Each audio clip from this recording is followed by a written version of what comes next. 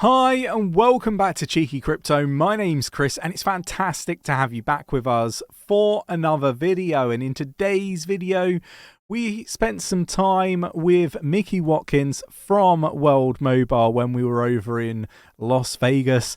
And yeah, look, we're going to get into the interview to talk about everything World Mobile, one that you don't want to be sleeping on. If you enjoy this interview, mash up that like button, subscribe if you haven't subscribed already, tap in that bell, selecting all the notifications so you never miss a video.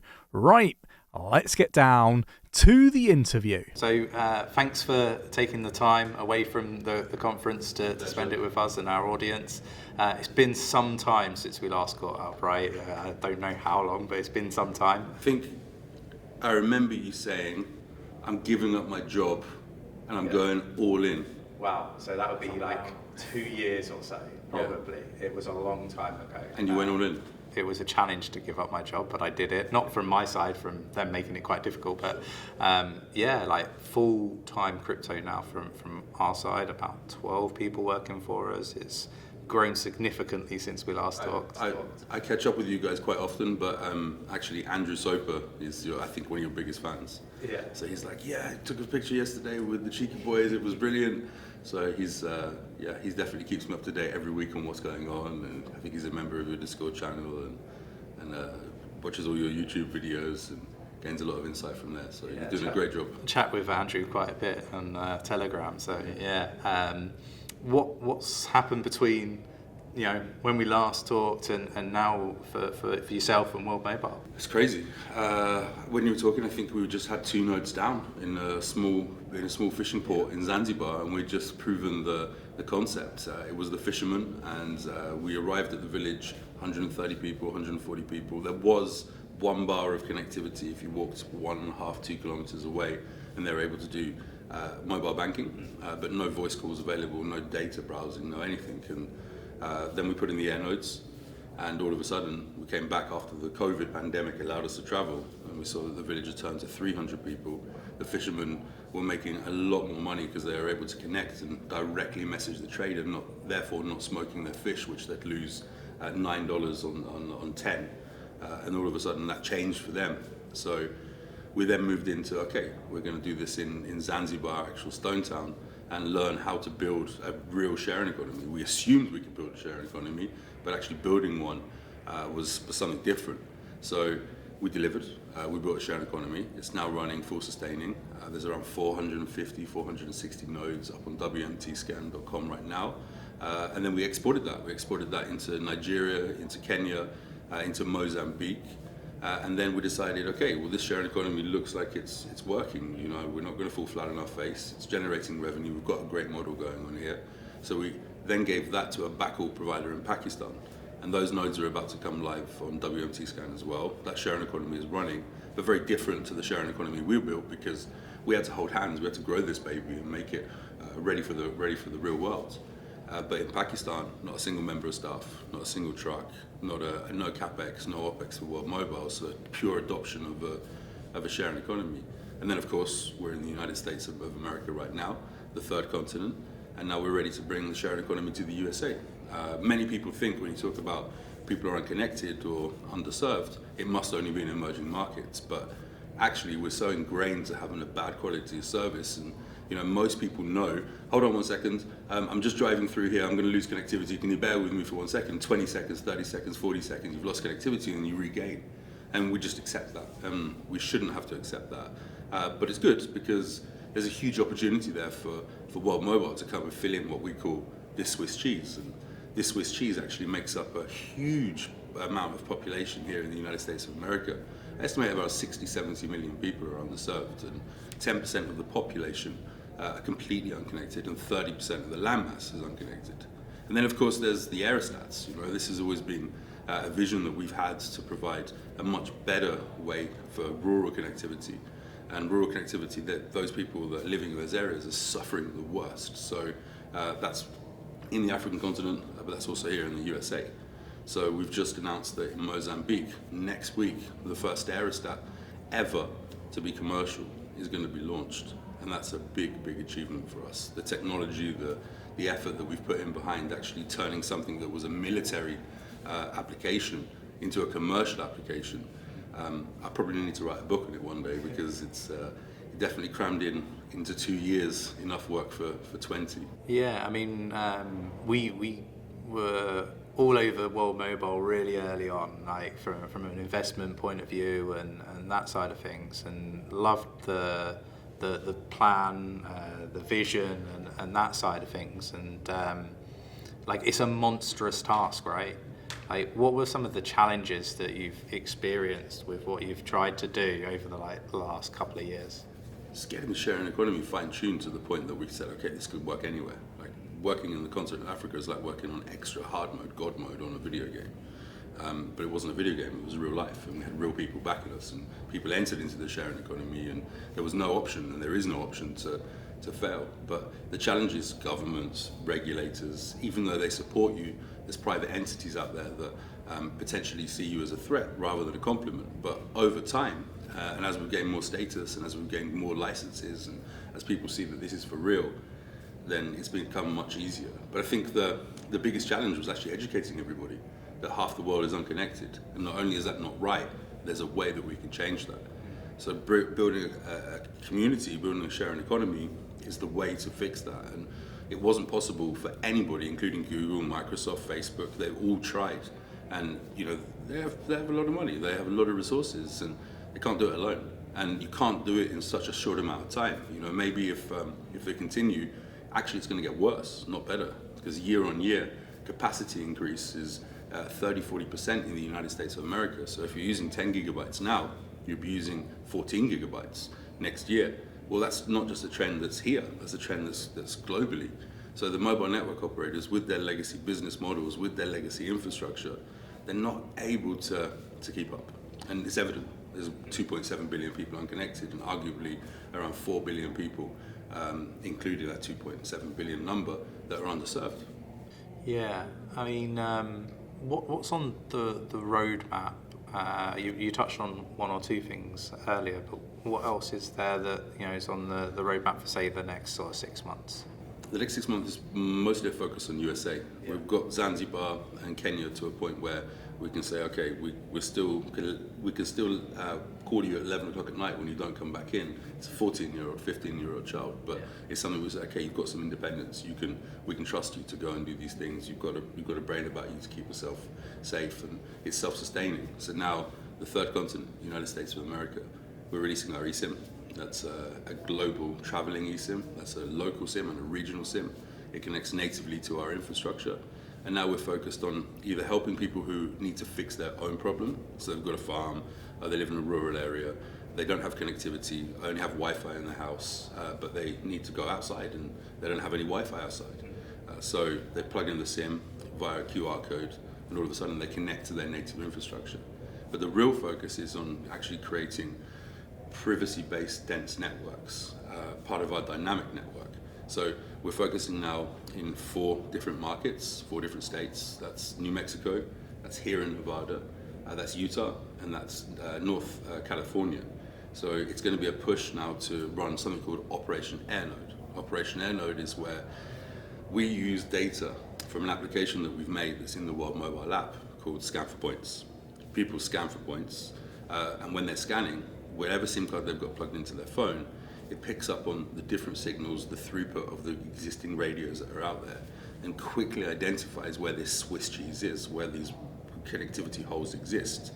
And then we know, okay, now we can send that to our website, and we can start to batch out nodes and say, okay, this area needs 75 band 48 nodes, which is CBRS, a spectrum here in the United States that is free to use. And it needs 4 or 5 band 71 nodes, which is spectrum that we bought recently in the United States of America. T-Mobile have that spectrum and Dish have that spectrum.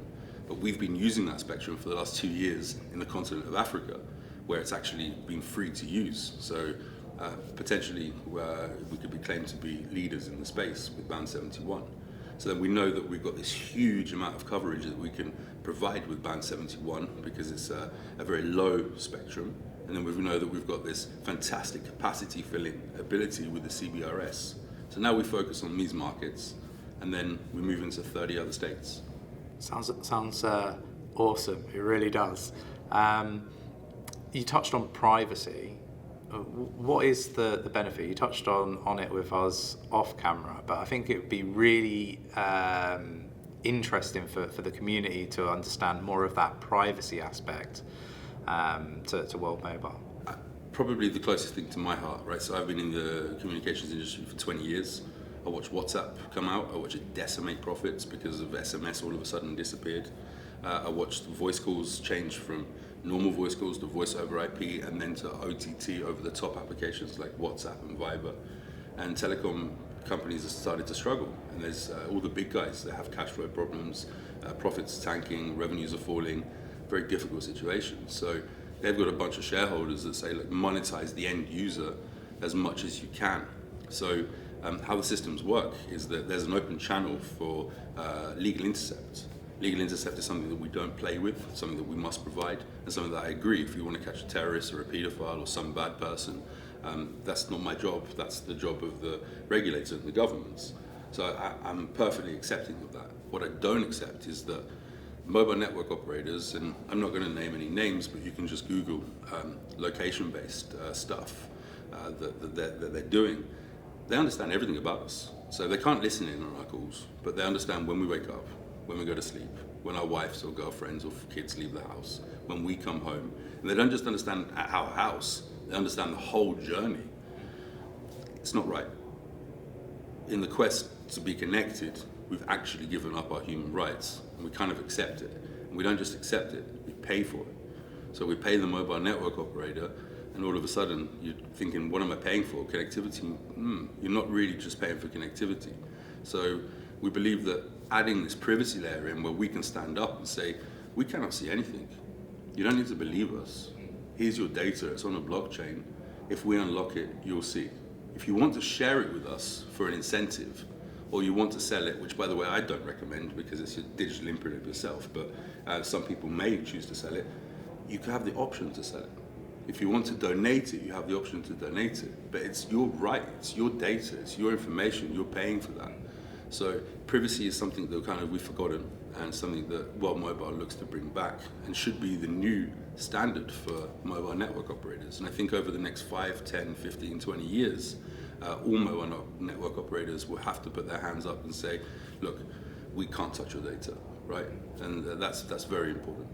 Yeah, I kind of feel like it's been lost in like the educational aspect of it. I don't think people have really been sort of correctly informed about what's going on. Like it might be in the terms and conditions, but like in all honesty, who reads those, right? No, you don't. You just get online. You want to browse TikTok. You want to watch cheeky crypto videos, right? You want to do your things, and then you shut down your phone, or you think you've shut it down, and that's it. But it's not the case. Yeah. And then again, it's not me just saying this.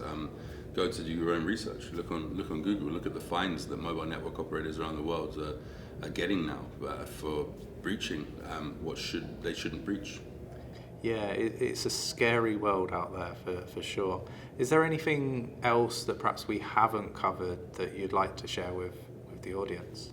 I think the privacy thing is something huge, and I think that air nodes, right? Air nodes are what we call radios, right? And they're bundled up, and we use off-the-shelf radios as much as we possibly can.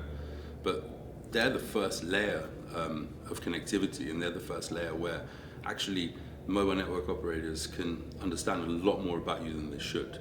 So putting up an air node outside your house, even if you don't have neighbors and you're not trying to fix your problem, is a great way to gain back your privacy, to have a private network. And our eSIM allows you to natively connect to the infrastructure, the World Mobile infrastructure, when you pass it. But when you pass on to a different network, we work with partners so that you can have this seamless experience. We can't control what partners do, but we can support people who want to run the World Mobile network to be far more private. And I think that the other thing that we mustn't assume is that mobile network operators today, I said earlier on, they're suffering. They might want to do a great job, but they just can't. It's the legacy infrastructure and legacy business models don't allow them to do that.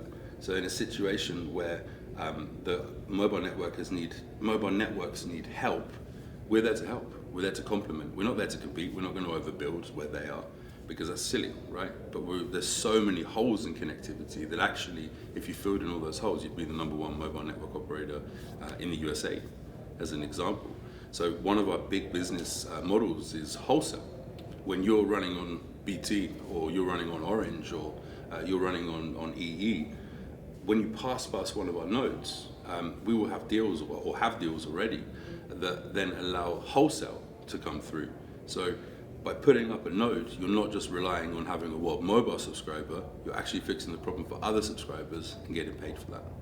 Yeah, I think it is a really interesting kind of project from, I guess, from the outside looking in. You're in it, ingrained in it, right? It's day to day for you. But I think for our viewers, like there's probably like a lack of understanding. So I think it's fantastic to catch up with you. And it's a $2 trillion industry. Yeah, it's huge. Right, and people don't think about that, but it's one of the biggest industries in the world. And if you talk about mass adoption, and you talk about how you bring real world to crypto, there's some really cool projects out there, and they're doing some really good things. And there's a lot of scams out there as well, and a lot of rug pulls out there, and it's kind of damaging our industry.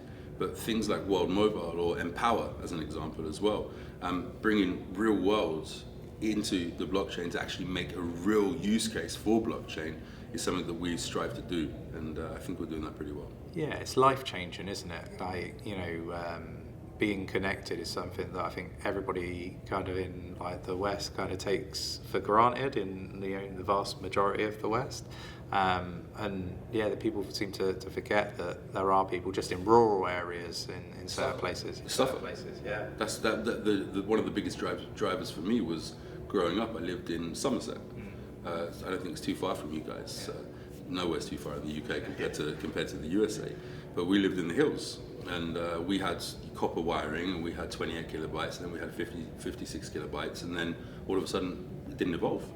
So we had people that were getting ADSL, and people that were like upgrading to their internet, and all of a sudden they're 10 megabytes a second. I was like, wow, how can I get that? And my mum used to apply for government programs or individual programs to put a microwave on the roof, and of course we never won, because they'd give one microwave to every 100,000 people, and you had to be pretty lucky. So being a 16-year-old, 15-year-old, and then going to my friend's house 5 or 6 miles away and seeing them have super fast internet, I was like, this isn't right. I can't do the same things as they do. I can't take opportunity into my own hands. So we do take it for granted, and there's many people out there. Half the world can't speak to the other half the world, and that's not right, first of all. But half the world also can't take opportunity. And there's great examples like India, soon to become one of the largest economies in the world. Look at all the CEOs that have come out in the last 20 years running Microsoft, running all big companies. How villages, 200,000 villages were connected. All of a sudden those 200,000 villages make up 30% of the world's remittance. Cheap, affordable internet, fast internet allows people to take opportunity into their own hands, and it's not going to get smaller. It's only going to get bigger and bigger and bigger and bigger. Capacity is only going to increase and increase and increase. So we're very fortunate to be in this industry, and very fortunate to be with one that actually can continue to grow for the next 100, 200, 300 years. And it doesn't matter to us. In fact, we welcome people coming into the space to fix this problem, because it is a human right to be connected. Yeah, completely agree. Really appreciate you, coming up and coming away from the conference, spend some time with us and our audience. I think they're going to love the interview, so really appreciate that, and we'll have to do it again soon. Thank you very much. See you soon. Stay connected. Thanks. So there you have it, ภิ𝗓𝗪 Watkins from World Mobile. Fantastic interview. It was brilliant to spend the time with not just Mickey, but also some of the World Mobile team. Really enjoyed our time over in Las Vegas, chatting to everybody about their projects. And I really do encourage people to go and research this project. Don't sleep on this one. Do think that this is a really cool project that is going to be changing the world for the better. And look, a lot of people take that connection to the internet, phone lines and stuff like that for granted, but there are many people out there that don't have that access, don't have the opportunities, and that is one of the things that I really do like about this project. I encourage you to go away, do your own research, and see whether this is a project that resonates with you. And look, let us know your thoughts and opinions in the comments below about this interview. interview. Look forward to catching up with World Mobile, Mickey, and the team in the future. Thoroughly enjoyed spending the time over in Las Vegas with the team. Yeah, look, if you enjoyed the video, mash up the like button, subscribe if you haven't subscribed already, tapping that bell, selecting all the notifications so you never miss a video, and I will catch you in the next one. Take care.